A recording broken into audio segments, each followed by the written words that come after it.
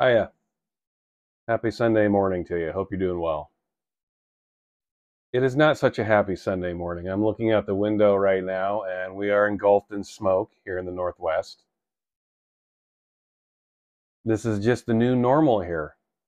In the summer, it gets really hot, and it gets really windy, and things happen in the forest, and all of a sudden we're engulfed in flames and smoke.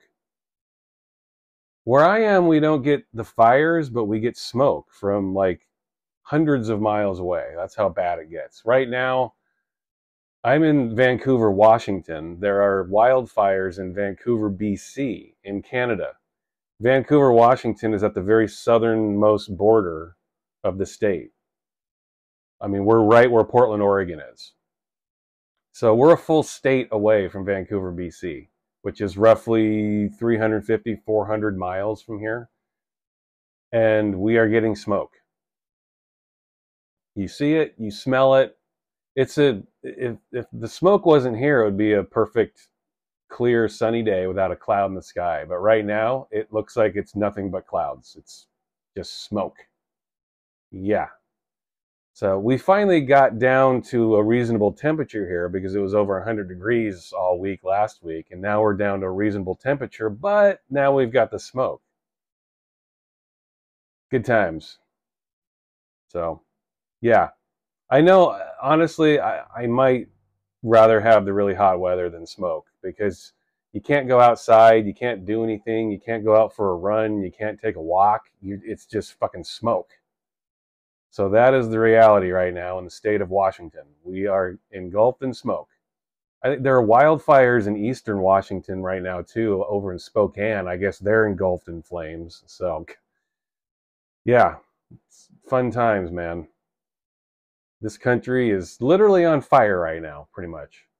If it's not smoky, it's over 100 degrees and you're sweating your ass off. Yeah, it's not fun. So I hope you're hanging in there, man. I hope you're at least getting some clean air.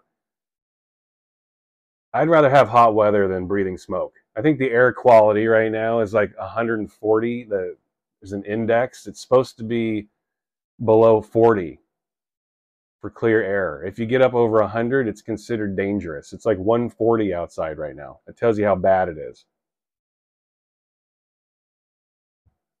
The new normal.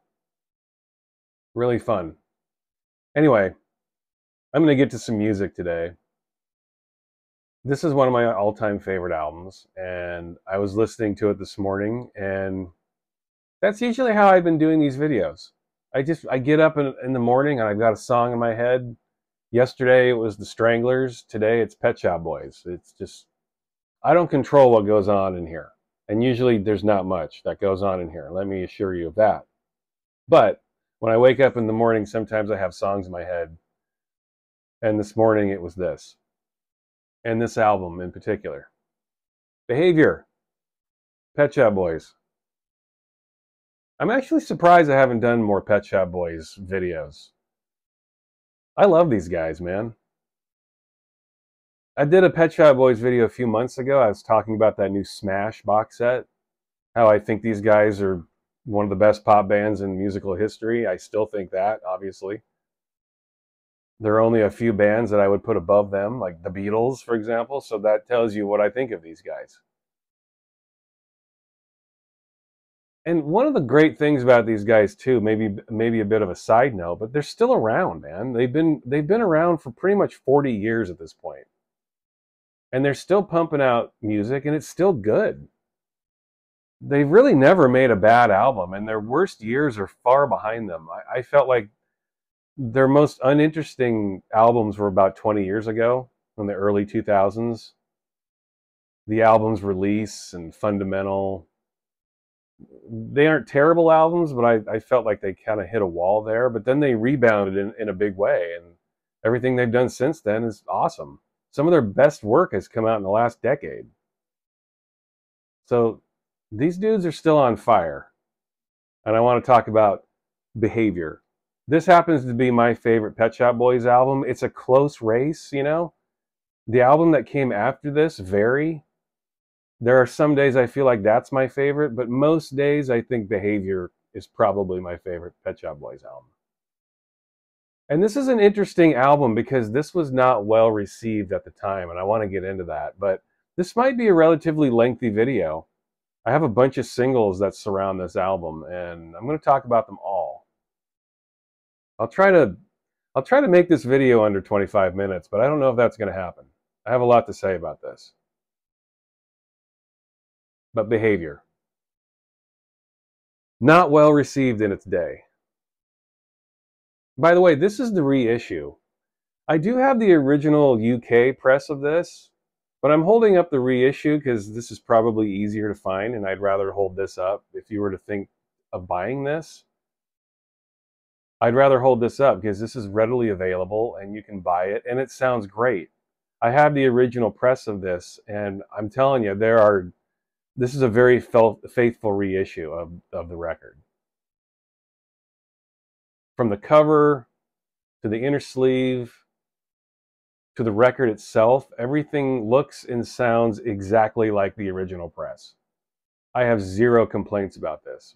All of these reissues of the Pet Shop Boys albums are fantastic. I got them all because I love this band, even though I have those original issues, and I have no complaints. They did a really nice job. A big piece of that, too, is that Parlophone put these out. Parlophone owns all the originals. That's Pet Shop Boys is, you know, they put all their stuff out on Parlophone, and these all came out on Parlophone.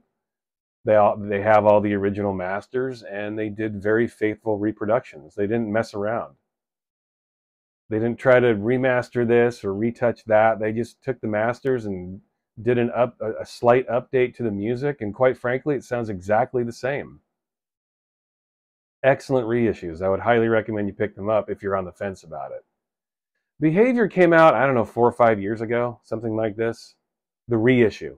The original album came out in 1990, of course. But the reissue, yeah, 4 or 5 years ago, I want to say 2018 maybe. Maybe 2017, I don't know, 4 or 5, 6 years ago. All of them really nice. Every reissue. But this is generally my favorite Pet Shop Boys album, and I've felt that ever since it came out, and I enjoy talking about this because it was not well received at the time.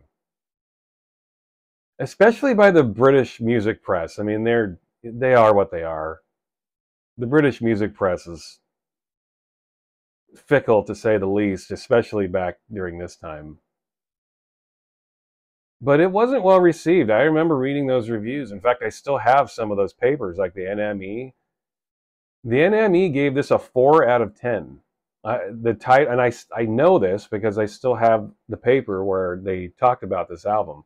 The title of the review was Behaving Badly. 4 out of 10.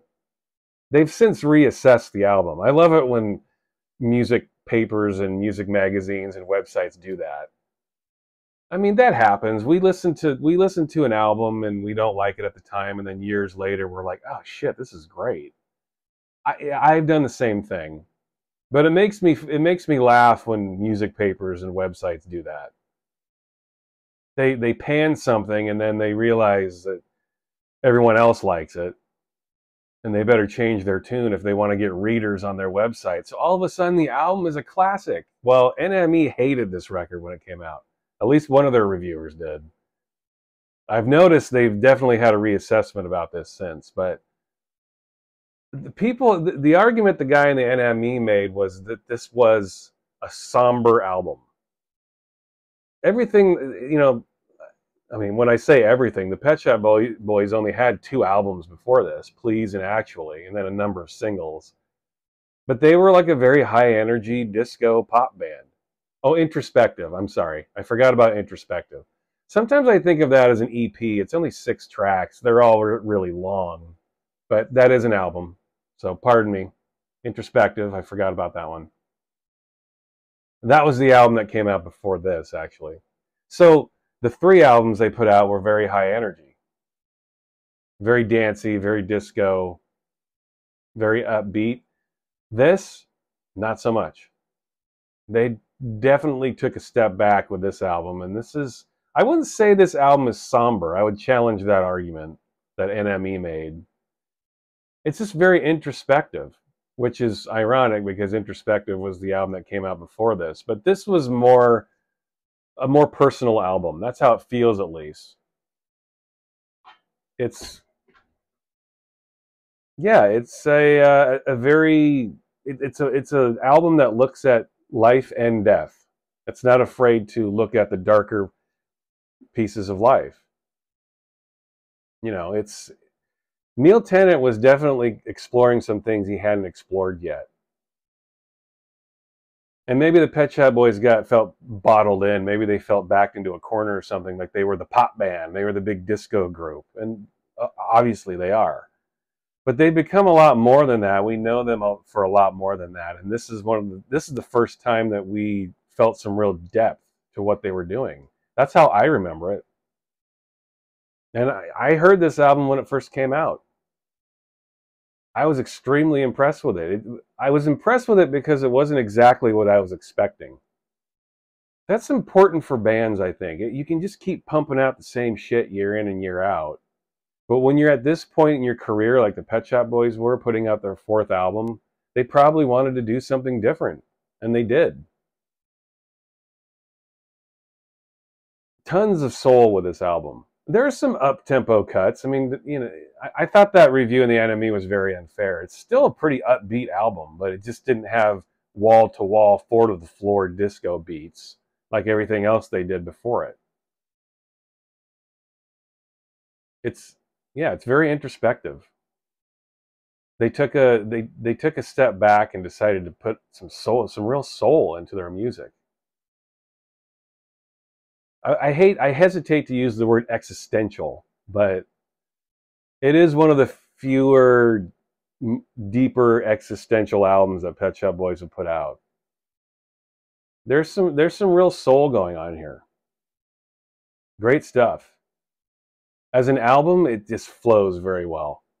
10 tracks, and there's not a bad song on here. And the singles that are surrounding this album and the B-sides and the remixes are really fantastic. I'm going to talk about them all because I love them. This is a really fun album to be into because of just all the other peripheral stuff that was going on in terms of the singles and stuff. And this came out in 1990. I mean, that was a really exciting year for music, rave music, dance music, experimental music, everything going on around these guys. It was a really exciting time for music.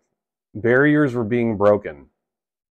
And that probably inspired the sound change here to some degree as well. There's just tons of shit going on around them. But they chose to do something different. Where everyone else was going big and going dance, they had already done that. They went the other direction. They made something a little more quiet, a little more personal. And that's why this album stands out in a positive way, I think. They chose to go in another direction. Of course, they responded to the criticism here with making Very, which is like arguably their biggest, loudest, most disco album they've ever put out. And it's brilliant because of it. But arguably, this is their least disco album. I mean, they have, there's an argument there to be made. Release is pretty down-tempo, pretty quiet too, but Release is nowhere as good as this. This is the reissue, looking good, looks exactly like the original press. Sorry for the glare. I still have the shrink wrap on it, so there's a bit of a glare. Like I mentioned before, this is exactly like the original issue. I didn't see any differences with it. Same color, same credits, the same labels on the vinyl itself. Let me show you the record. Nothing too exciting, but this is what the original issue looks like.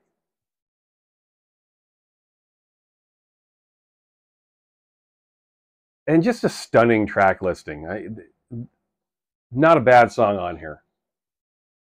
And for me, in my money, the greatest song they ever did is on this album. The name of that song is Being Boring. I talked about this a little bit with Smash, the Smash video I did. Being Boring for me is the quintessential Pet Shop Boys track. And it lacks that humor that Neil Tennant is known for, that wry, dry, sarcastic sense of humor that I love about these guys. I mentioned this in Smash, by the way. One of the things I love about this band is the music can be so peppy and upbeat, but then you got Neil Tennant grumbling and moaning and bitching in the background. It's one of the brilliant things about these guys. Happy music and really angry lyrics. They're the Disco Smiths. I'll always say it. No other band reminds me of the Smiths like the Pet Shop Boys do. And I know Morrissey would hate that comment, but it's true. That's what these guys are to me in a lot of ways. They're the Disco Smiths. I mean, Johnny Marr even recorded with these guys. You know, it all comes around. The track listing, I mean, yeah, Being Boring, amazing. Unbelievable song. It's hard to explain it. It's I'm gonna take a drink of water here. There's a commentary I would highly recommend you read. When they re-released all these albums 20 years ago, they were called Further Listening. And they put those out on CD, and they remastered the albums, and they put a bunch of B-sides and remixes on these bonus discs. There's a commentary with the band, and they talk about what Being Boring is about. I would recommend checking that out rather than trying to explain what that song means. I'm just gonna butcher it. I would highly recommend you even look it up online. It's probably online somewhere about what the song means. But it's an arc, the song. I'll just put it that way. In very general terms, the song is an arc about life and death. It's about living your life and then dying a death. And that's how the album starts. So it is a pretty somber note to start the album.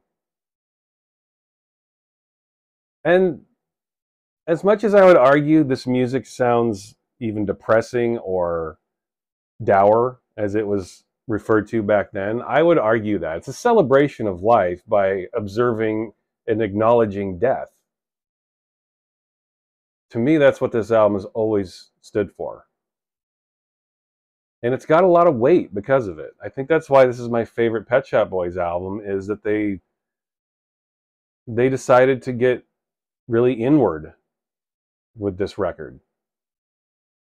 It is down-tempo or quiet compared to the rest of their albums because it's observing different things. And it's brilliant because of it. This Must Be the Place I Waited Years to Leave. Great song. To Face the Truth. How Can You Expect to Be Taken Seriously? That was a single here in the States. I don't think that was a single in the UK or Europe, was it? I don't think it was. I have the singles here to prove that. Only the Wind. Excuse me. My October Symphony. So Hard. That was a single. Nervously. The End of the World and Jealousy. End of the World and Nervously. Those are two of their most unsung songs, I think. They could have been singles. So good. And to kind of round out the album with songs like that, they start getting a little upbeat toward the end there. But then the end is Jealousy, the last song. One of their biggest, most grand, sweeping songs they ever did. Symphonies, and definitely down tempo. Doesn't end on a down note, though. Not to say it's a down note. That's a great song. Fantastic song. And a perfect end to really a perfect album. Their best. Who agrees with me on this? Does anybody else agree with me? This is the Pet Shop Boys' finest moment. These guys have never put out a bad album, too. I always hesitate to say this is their best album for me because that indicates I don't like the rest of their catalog. This is one of my favorite groups, man. These guys have never put out a bad album. I think albums that stand close to this in terms of my favorites are Very, love Very. Even Electric, the album that came out a decade ago, the one with vocal on it, that would be way up there.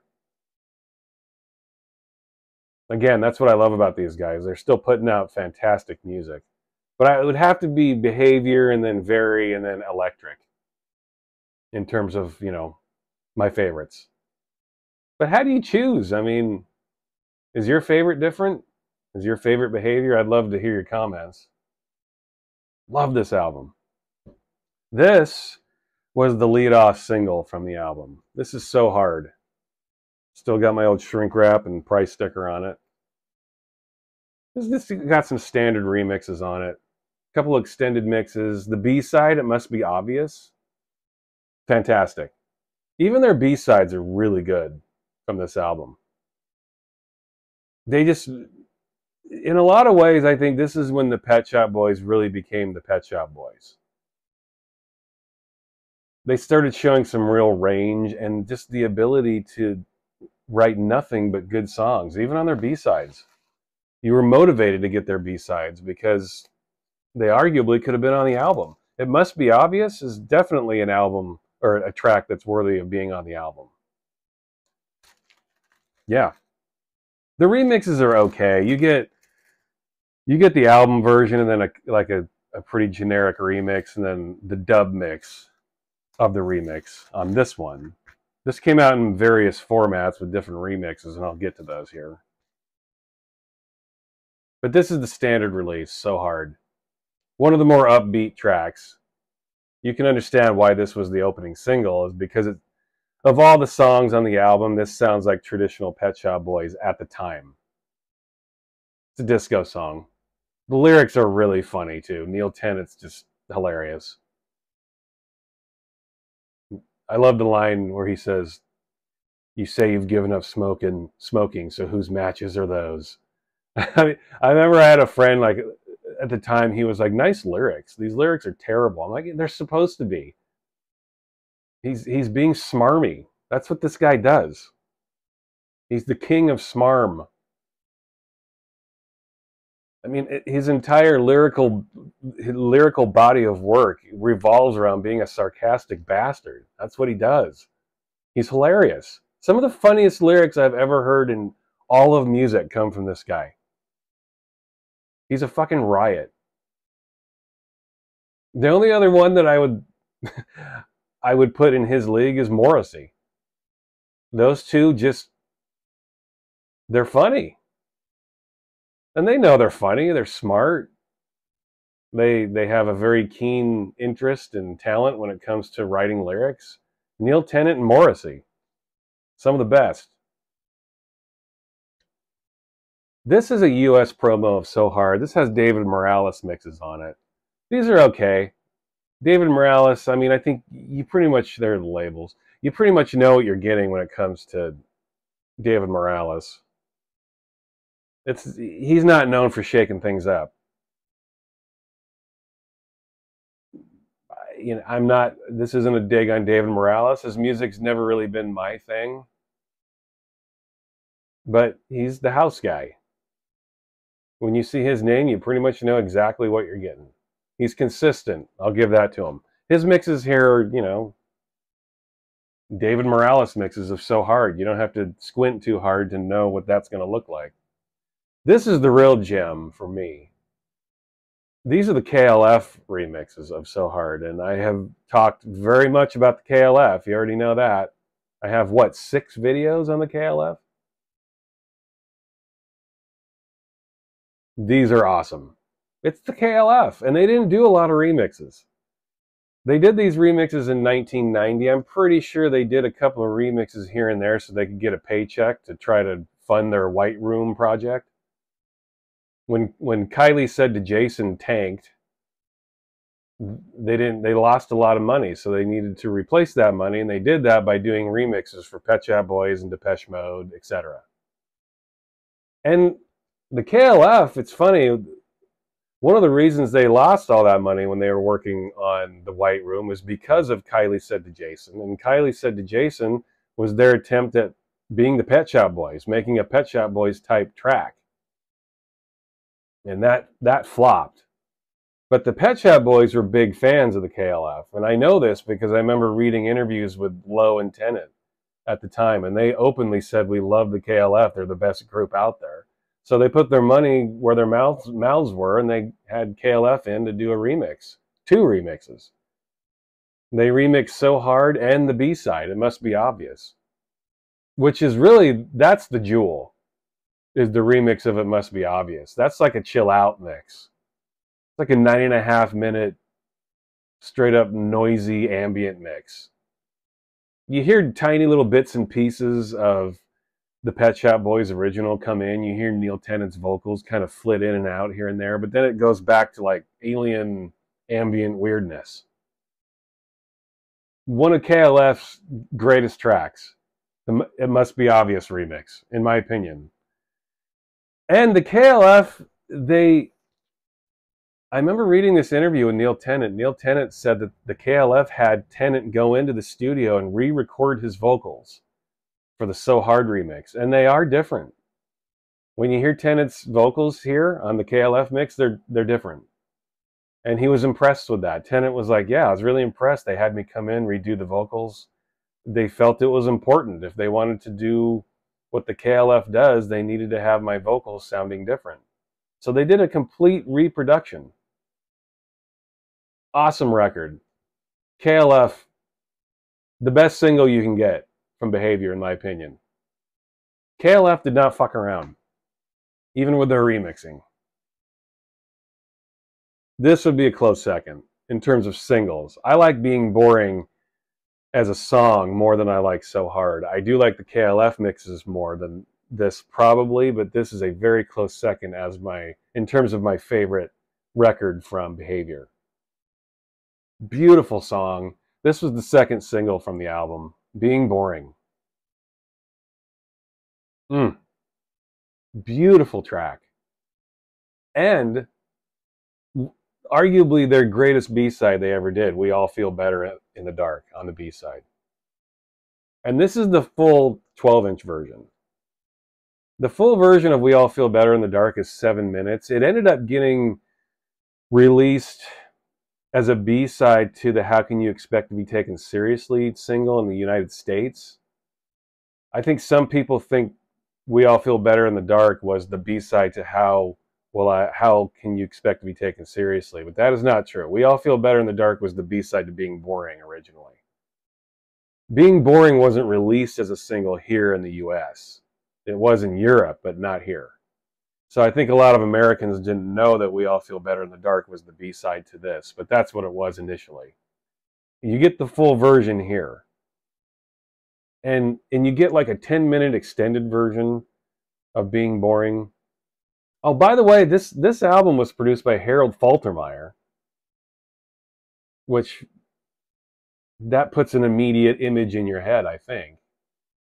It did with me at the time, at least. And I was pretty young at the time I heard this. So Harold Faltermeyer, and he does the extended mix of Being Boring here. What a great song. One of the best records in my collection right here. Being Boring, We All Feel Better in the Dark on the B-side. One of the greatest singles I've ever heard. This would definitely be in my top singles of all time right here, Being Boring. Beautiful song, beautiful B-side, beautiful record. Being remixed. Pretty substandard remixing going on here, if you ask me. I think it's Marshall Jefferson does the remix. Yeah, Marshall Jefferson does a remix of Being Boring. It's not bad. Pretty standard house mix. A good 9 minutes long. Just picture Being Boring with a big bass-laden house beat behind it. That's what it is. There are two remixes of We All Feel Better in the Dark on the B-side. I think Brothers in Rhythm did these. Yeah, Brothers in Rhythm. The two remixes are After Hours, Climax, and Ambient. They're okay. Brothers in Rhythm had their day. They were around in the early 90s. They were associated with the whole UK progressive house scene. I never really got into them too much. They were a little too poppy for my tastes. In terms of progressive house, I love pop music and I loved progressive house music, but if progressive house music got too poppy, I didn't like it. I know that probably makes no sense to you, but it's what it is. I preferred the progressive house like Left Field, you know what I'm saying? Underworld. Stuff that had some edge to it. I didn't like it mingling with pop. Pop was its thing and progressive house was its thing. I didn't want them mingling. You know what I'm saying? It's like when you have mashed potatoes and gravy and fruit salad on your plate and the gravy starts seeping into your fruit salad and you're like, ah, God damn it. I don't want that in my fruit salad. It's the same thing. Exact same, right? And I know that makes total sense to you. I'm being sarcastic. I don't even know what I'm talking about right now. Just don't mix the two. That's what I'm trying to say. Jealousy. Fantastic single. You get the extended mix here. All right, the 7-inch has a different cover too. I think Neil Tennant's on the cover, or maybe it's the CD single. I've seen this with Neil Tennant on the cover rather than Chris Lowe. This is an interesting choice for a single.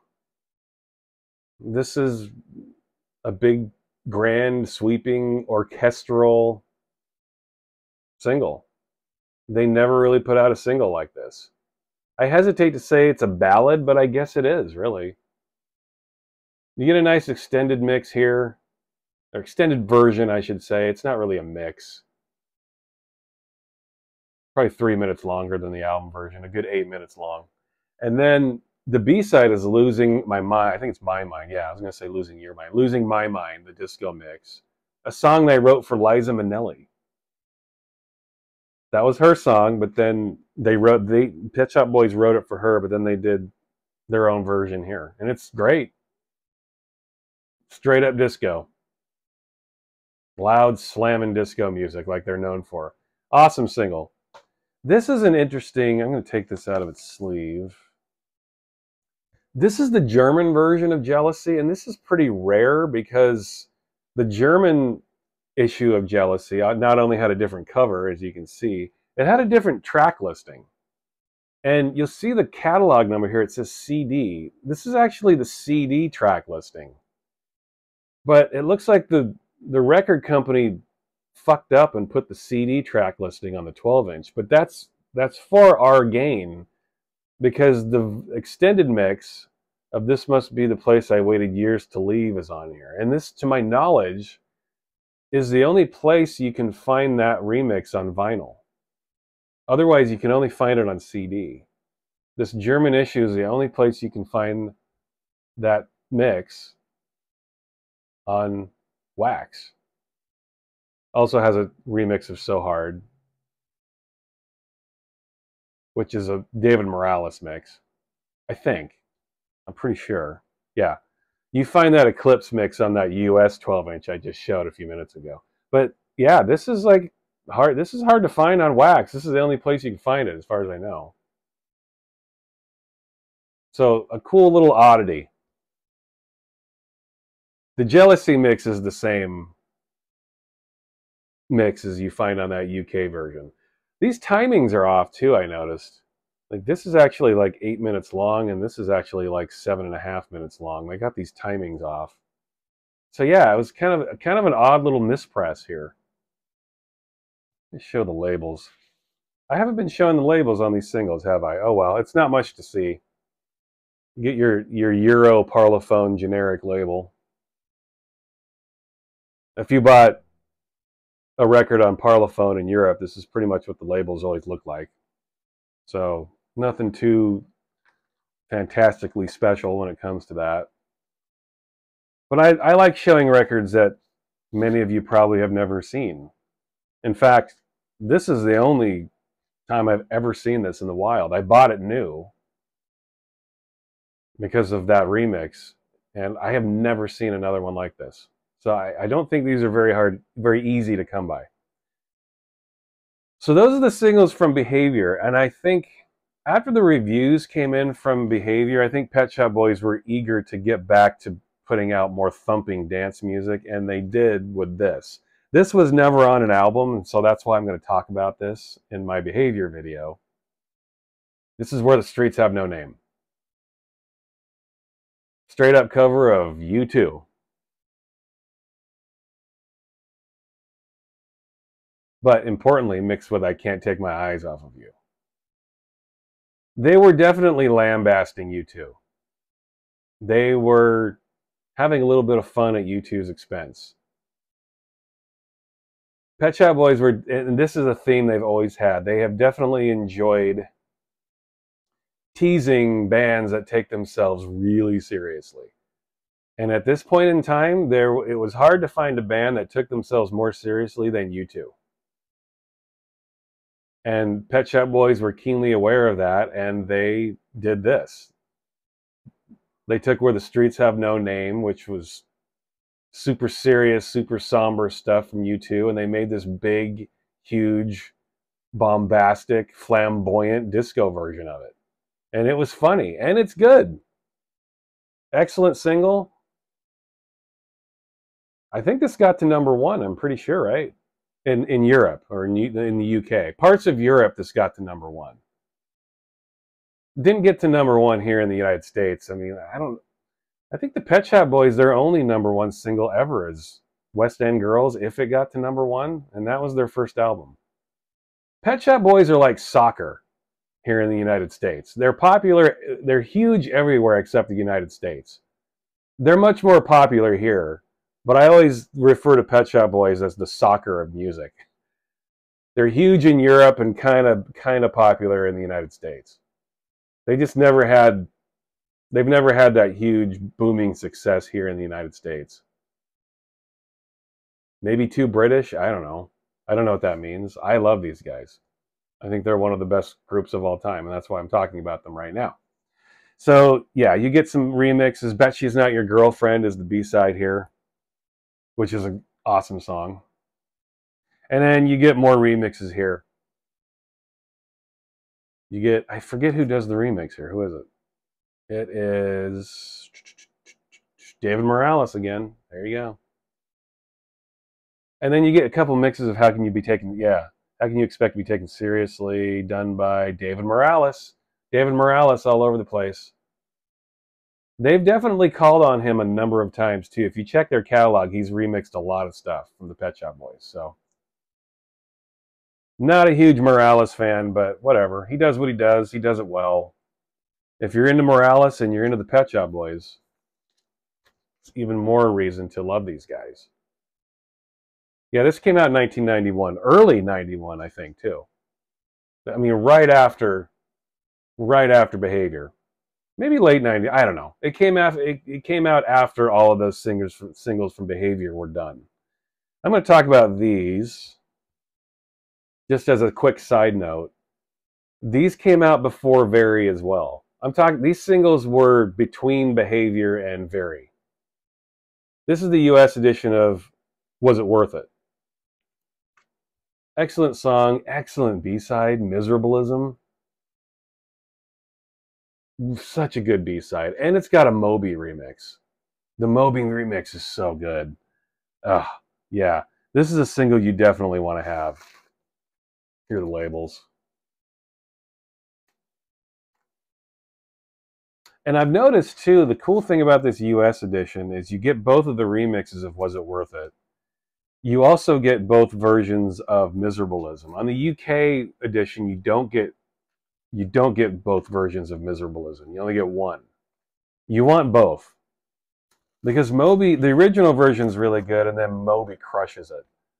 I've talked about Moby a little bit already because the records I talk about, he does remixes for. I think it was LFO, yeah. I talked about Moby briefly last week. You can hate Moby all you want, but the dude is a great producer. His early stuff in particular is excellent. I would ignore all the Play stuff he's done, Porcelain and Play and all that shit. That's not very good. But Moby's super early stuff is really good. The guy knows what he's doing. His recent ambient stuff is excellent too. And I'm going to end this video off here because, yeah, I've been going for almost 40 minutes here, but DJ Culture. There are various versions of this. I was going to show you some promos I have, but the promos are just like plain white covers with white labels. There's nothing to see. There are more mixes and versions of this, but this is the picture sleeve version of DJ Culture. B-side is called Music for Boys. Various remixes you can find on different promos. I don't know that this is very hard to find. You could probably find this. But I think Pet Shop Boys, the reason I'm talking about these is I think they were keen to remind people that we're still the disco guys. That's who we are. We're still making the up tempo disco jams. Because Behavior, I think, threw a lot of people off, and the Pet Shop Boys wanted to remind people that they were still making dance music. And this is a good song. I prefer Was It Worth It? I guess that, to me, that sounds more like a traditional Pet Shop Boys track. This is more like I don't want to say hip hop, but it's got that kind of beat, like a 100 BPM kind of jam. Vocals are cool. Remixes are good. You'll find mixes from Alternate, The Grid. Not on this 12-inch. You'll find that on the remix 12-inch. I'm not showing that because it just has a white cover, nothing to see. But dig around for remixes and different versions of this. There's different versions and remixes to be had. It's a, as I mentioned at the beginning, this album is super fun to collect. All the singles, all the mixes, all the B-sides. This was a really awesome time to be a Pet Shop Boys fan. Just excellent high-quality records coming out for a good 2 or 3 years. We're just surrounding this album. I'm not suggesting that they always had good records coming out all the time. They have. But the early 90s were a super fun time to be a Pet Shop Boys fan. Because of this. Their best album, in my opinion. What's your favorite album? The best Pet Shop Boys moment for you. I'd love to hear what it is. Thanks for watching. Bye.